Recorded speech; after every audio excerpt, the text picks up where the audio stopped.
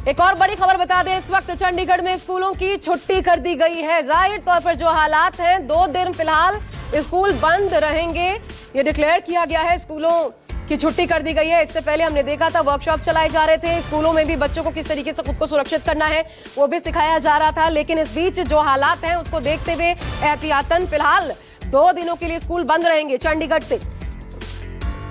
ये बड़ी खबर सामने आ रही है। आसिफ, फिर आ रही हूं आपके पास। आसिफ, कोई जानकारी जो साझा की गई है वो कंफर्म्ड सोर्सेस जो बता रहे हो? संजीव जी बोले। 1 मिनट रुकिएगा आसिफ, फिर से एक एक करके लगातार बड़ी खबरें आ रही हैं, इसलिए संजीव जी बताएं। अच्छा ठीक है, दोबारा संजीव का रुख करती हूँ। आसिफ जी।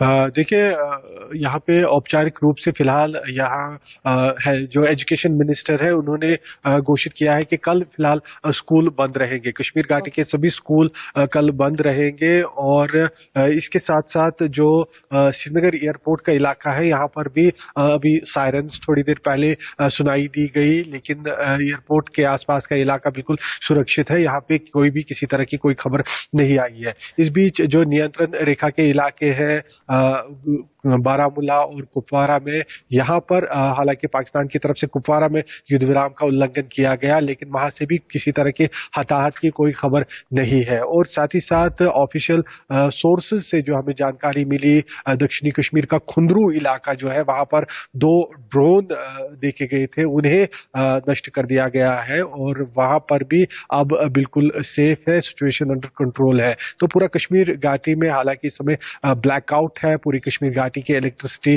फिलहाल बंद कर दी गई है, लाइट कहीं भी नजर नहीं आ रही है। लेकिन साथ साथ में यहाँ पर स्थिति सारी कंट्रोल में है, किसी तरह का कोई यहाँ पर हताहत भी नहीं हुआ है और ना ही कोई श्रीनगर में या कश्मीर घाटी में नियंत्रण रेखा को छोड़कर कोई और हमले की या किसी तरह के धमाके की खबर है। फिलहाल जम्मू में जिस प्रकार से पहले हमने देखा था कि शाम के समय जो एक अटैक करने की कोशिश की गई थी, उसे भी फॉइल करने के बाद वहां पर भी इस समय काम की सिचुएशन है, लेकिन एहतियात के जो सारे कदम है वो उठाए जा रहे हैं। आसिफ, एक चीज बताइए, क्योंकि मैं ये आपसे समझना चाहती हूँ, ये अच्छी बात है, अभी तक जो बड़ी जानकारी आ रही है किसी नुकसान की खबर नहीं है, जनहानि नहीं हुई है, ये सबसे अच्छी बात है। पाकिस्तान कितनी भी कोशिशें कर ले, रात के वक्त हर एक हमले को नाकाम किया गया है। लेकिन आदतन ये जम्मू कश्मीर के लोगों के लिए आसिफ ये तो हैबिट में शुमार होगा, क्योंकि पाकिस्तान तो अक्सर सीज फायर का उल्लंघन करता रहा है, तो उनके लिए ये स्थिति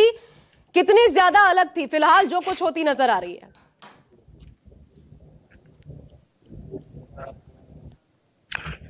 जी बिल्कुल, नियंत्रण रेखा के जो इलाके हैं यहाँ पे हालांकि युद्ध विराम उल्लंघन पाकिस्तान की तरफ से पहले काफी किया जाता था, इसके चलते लोगों को इन इलाकों में युद्ध विराम झेलने की आदत भी है और वहां पर लोग उसी तरह से खुद को तैयार भी करते हैं, बंकर्स बनाते हैं, उन बंकरों में छुप जाते हैं, तो वो प्रिपेयर रहते हैं इस तरह की सिचुएशन के लिए। लेकिन जो बीच में 2021 के बाद यहाँ पर पाकिस्तान और भारत के सेनाओं के बीच एक सीज फायर एग्रीमेंट हुआ था, उसके चलते पिछले कुछ सालों से अब जो बॉर्डर्स नियंत्रण रेखा के इलाके थे वो साइलेंट हो गए थे और लोगों की जो जिंदगी है इन इलाकों में वो नॉर्मलाइज होने लगी थी, यहाँ तक कि बॉर्डर टूरिज्म भी शुरू हो गया था। लेकिन अब अचानक से जिस प्रकार से हालात एक बार फिर से बदले हैं, तो पुंछ इलाके में हमने देखा कि काफी भारी तबाही इस बार देखने को मिली, जो पाकिस्तान की तरफ से कल वहां पे आर्टरीज के चलते शेलिंग की गई, तोपों का इस्तेमाल किया गया। उसके बाद उड़ी, बारामूला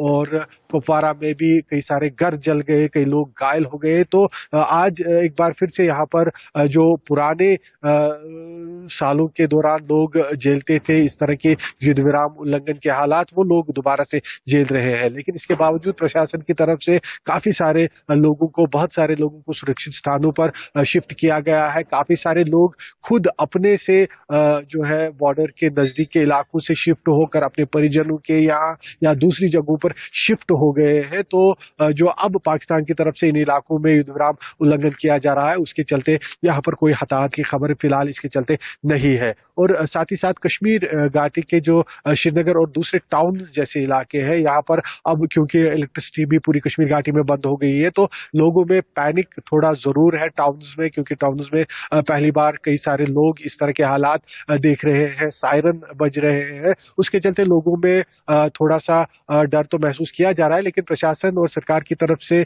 जो लगातार लोगों को आश्वासन दिया जा रहा है कि वो काम रहे, घबराए नहीं और हड़बड़ाहट में किसी तरह की कोई ऐसी हरकत न करे कि जिससे उनको नुकसान पहुंचे। तो ये सारी गाइडलाइंस लगातार यहाँ पर प्रशासन सरकार की तरफ से दिए जा रहे हैं और लोगों को फिलहाल कहा गया है कि वो काम रहे और सुरक्षित अपने आप को रखे।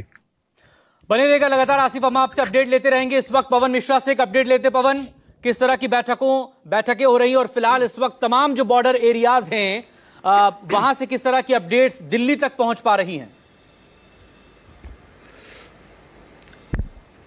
अब बिल्कुल आपको मैं बता दूं सबसे पहले कि ये पाकिस्तान का ही इलाका जो है हम निगरानी में नहीं रखे हुए हैं।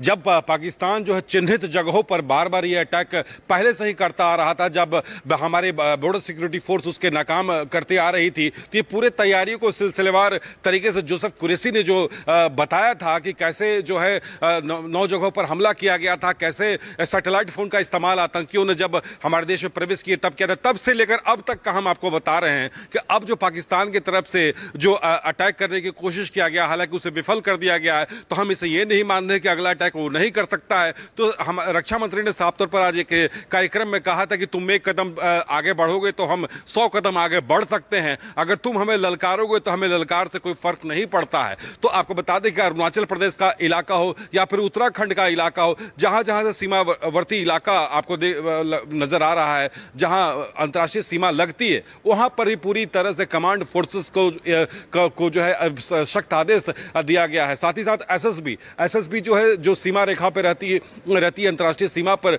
रहती है, वहां पर जो निगरानी करती है, तो उसको भी इससे पहले एसएसबी के डीजी के साथ जो है प्रधानमंत्री की मीटिंग हुई थी और मीटिंग में क्या हुआ था ये सुरक्षा कारणों से हम नहीं बता सकते हैं। तो ये नहीं कि पाकिस्तान सीमा पर ही हम निगरानी रखे हुए, देश के कोने कोने पर हमारी निगरानी है। साथ ही साथ जो मुख्य भवन है, जैसे ऑर्डिनेंस फैक्ट्री का इलाका, जैसे हमारे पास जो खबर आ रही है कि जबलपुर का इलाका है, और बिहार का जो पटना से सटा जो दानापुर का जो रेजिमेंट का इलाका है, या फिर हम आपको हजारीबाग का कोपरा पोस्ट का इलाका हम बता रहे हैं, तो कानपुर कैंट की हम बता रहे थे, जहां पर कैंटोनमेंट इलाका है वहां पर सबसे अधिक निगरानी करने की बात वहां पर सामने आ रही है। साथ ही ये भी कोशिश किया जा रहा है कि उस परिधि में, उस कैंटोनमेंट के इलाके में जितने भी सैटेलाइट फोन्स हैं या फोन का इस्तेमाल हो रहा है, उसका भी जो है निगरानी उस पर किया जा रहा है। तो देश के चप्पे चप्पे पर, चाहे थल हो, चाहे हवाई हो, चाहे जल हो, सुरक्षा पूरी तरह से चाक चौबंद है। और ये जो फिर से जो हरकत करने की कोशिश की, क्योंकि हमारी सेना बार बार ये बात कह रही थी कि हम आम सिविलियंस को कोई नुकसान नहीं पहुंचाना चाहते हैं,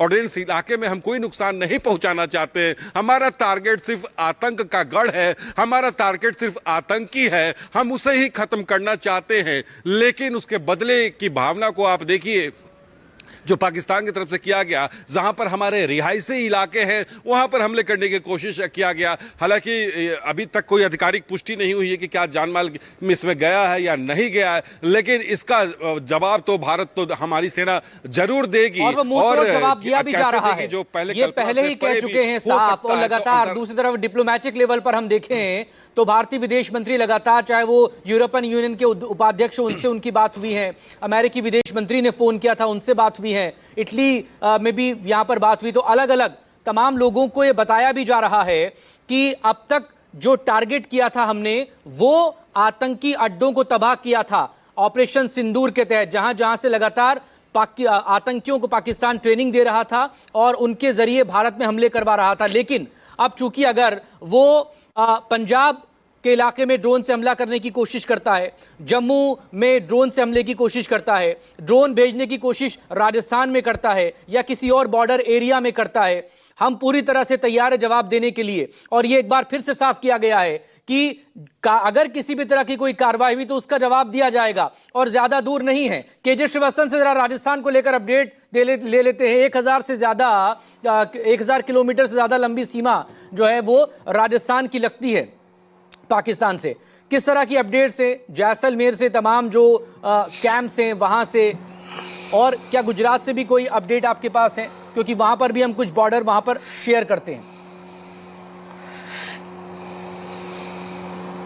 जी बिल्कुल, देखिए यदि मैं राजस्थान के जैसलमेर और बीकानेर की बात करूं तो ये राजस्थान फ्रंटियर में आता है। यदि बीएसएफ के लिहाज से बात करूं, और जो बाड़मेर का इलाका है वो गुजरात फ्रंटियर में आता है, लेकिन ये पाकिस्तान के अंतर्राष्ट्रीय सीमा से लगा हुआ है और 1037 किलोमीटर लंबा ये पूरा राजस्थान का इलाका है जो कि पाकिस्तान की अंतर्राष्ट्रीय सीमा से लगा हुआ। तो यहाँ पर पिछले 3 घंटों की यदि बात की जाए तो 20 किलोमीटर के रेडियस में जो लोग रहते थे इस बॉर्डर के इलाके में, इन चारों ही जिलों में, उन्हें वहां से खाली करवा दिया गया है, क्योंकि पाकिस्तान लगातार ड्रोन भेज रहा है, मिसाइल दागने की लगातार कोशिश कर रहा है। जैसा कि हम बार बार दिखा भी रहे हैं अपने दर्शकों को कि जब 9 बजे आज जैसलमेर में ब्लैकआउट हुआ तो उसके बाद से ही पाकिस्तान की नापाक हरकतें शुरू हो गई थी। उसने ड्रोन भेजने शुरू कर दिए थे और 1 या 2 ड्रोन नहीं, एक के बाद एक कई लगातार ड्रोन भेज रहा था। उसे पता था कि उसके ड्रोन गिराए जाएंगे, लेकिन ये उम्मीद भी थी उसके पास कि कम से कम एक आधा ड्रोन नीचे पड़ जाएगा और कुछ तो नुकसान होगा। लेकिन भारतीय सेना का जो एयर डिफेंस सिस्टम है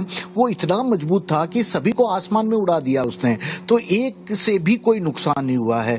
लेकिन जो धमाकों की आवाज की यदि बात की जाए तो अब तक जैसलमेर के इलाकों में लगातार नजर आ रही है, लोग ब्लैकआउट है, और जिस तरह का माहौल जैसलमेर के इलाके में की बात की जाए वहां पर नजर आ रहा है, लोग भी बड़ी उत्सुकता से इस चीज को देख रहे हैं, क्योंकि उनके लिए भी ये काफी नया है। अच्छी तरह से जानते हैं खतरा अपने घरों में है, प्रशासन को उनके सहयोग की जरूरत है, इसलिए पूरी लाइटें बंद कर दी है। यहां तक कि जो बिजली के मीटर होते हैं उसमें एक लाइट लगती है, उस लाइट को भी इन लोगों ने अपने कपड़े से ढक रखा है। यानी कितना सहयोग ये लोग कर रहे हैं। प्रशासन की यदि बात की जाए तो राजस्थान के इन चारों ही जिले बीकानेर, गंगानगर, बाड़मेर और जैसलमेर में अघोषित स्कूलों का अवकाश कर दिया गया। यानी कितने दिन छुट्टी रहेगी किसी को नहीं पता, जब तक स्थिति नॉर्मल नहीं हो जाए।